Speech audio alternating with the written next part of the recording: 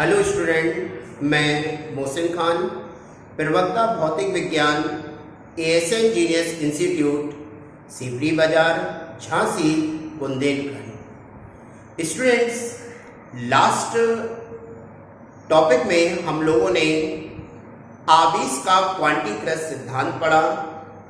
अब आज हम लोग एक नया टॉपिक पढ़ने जा रहे हैं जिसका नाम है आवेश का इलेक्ट्रॉनिक सिद्धांत। स्टूडेंट्स, इस टॉपिक को पढ़ाने से पहले एक बात क्लियर कर दें कि ये जितने भी टॉपिक आप लोग पढ़ रहे हैं वो एनसीईआरटी सिलेबस के आधार पर ही पढ़ रहे हैं, इसलिए सारे लोग सारे टॉपिक्स को बहुत अच्छे से पढ़ें और उन्हें लर्न करें। स्टूडेंट्स, तो स्टार्ट करते हैं आवेश का इलेक्ट्रॉनिक सिद्धांत।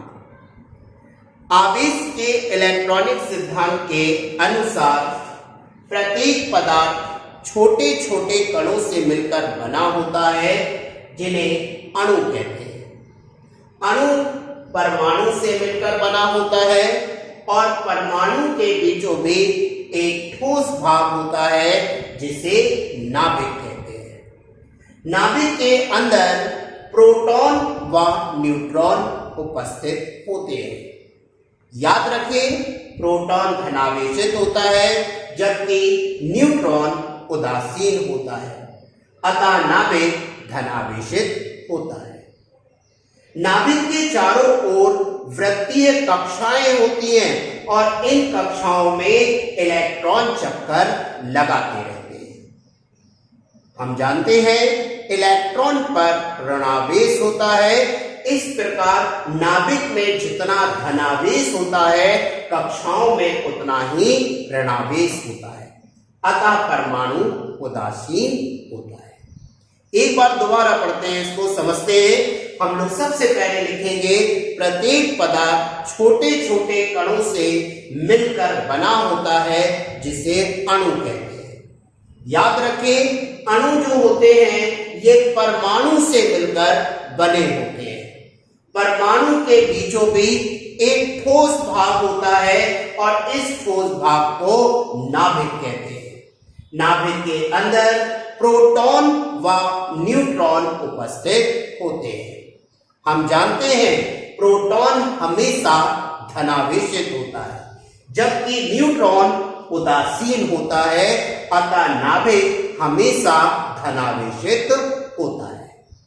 नाभिक के चारों ओर विभिन्न वृत्तीय कक्षाएं होती हैं और याद रखें इन कक्षाओं में इलेक्ट्रॉन चक्कर लगाते रहते हैं। इलेक्ट्रॉन पर हमेशा ऋणावेश होता है, इस प्रकार नाभिक में जितना धनावेश होगा कक्षाओं में उतना ही ऋणावेश होता है, अतः परमाणु उदासीन होता है।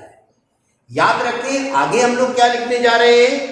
आगे हम लोग इसमें लिखेंगे कि जब दो वस्तुओं को आपस में रगड़ा जाता है तब एक वस्तु से इलेक्ट्रॉन निकलकर दूसरी वस्तु में चले जाते हैं, जिस वस्तु से इलेक्ट्रॉन स्थानांतरित होते हैं उसमें इलेक्ट्रॉनों की कमी हो जाती है और जिस वस्तु में इलेक्ट्रॉन पहुंचते हैं उसमें इलेक्ट्रॉनों की अधिकता हो जाती है। याद रखें, इलेक्ट्रॉनों की कमी या अधिकता को ही आवेश कहते हैं और ये जो सिद्धांत है इसको इलेक्ट्रॉन का आवेश का इलेक्ट्रॉनिक सिद्धांत कहा जाता है। एक बार अंतिम बार इसको और समझाएंगे, उसके बाद फिर दूसरा टॉपिक स्टार्ट करेंगे। तो अंतिम बार इसको समझने के लिए बिल्कुल तैयार हो जाएं।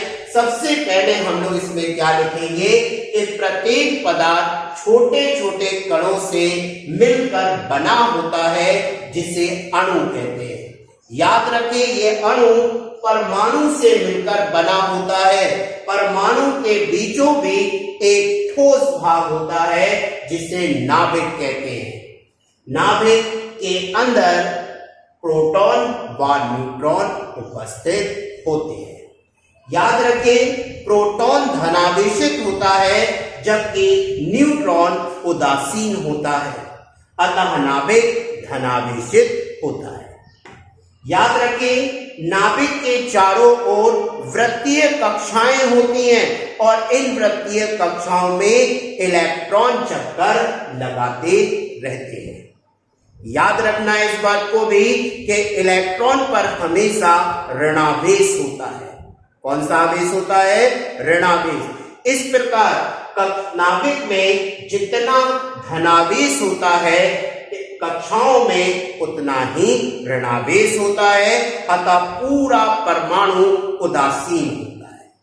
इसके आगे हम लोग लिखेंगे इसमें कि जब दो वस्तुओं को आपस में रगड़ा जाता है तब एक वस्तु से इलेक्ट्रॉन निकलकर दूसरी वस्तु में चले जाते हैं। जिस वस्तु से इलेक्ट्रॉन निकलते हैं उसमें इलेक्ट्रॉनों की कमी हो जाती है और जिस वस्तु में इलेक्ट्रॉन पहुंचते हैं उसमें इलेक्ट्रॉनों की अधिकता हो जाती है। याद रखें, इलेक्ट्रॉनों की कमी या अधिकता को ही आवेश कहते हैं और ये जो सिद्धांत है उसे आवेश का इलेक्ट्रॉनिक सिद्धांत कहते हैं। स्टूडेंट्स, ये टॉपिक आपको कैसा लगा इसे कमेंट्स के माध्यम से बताइए।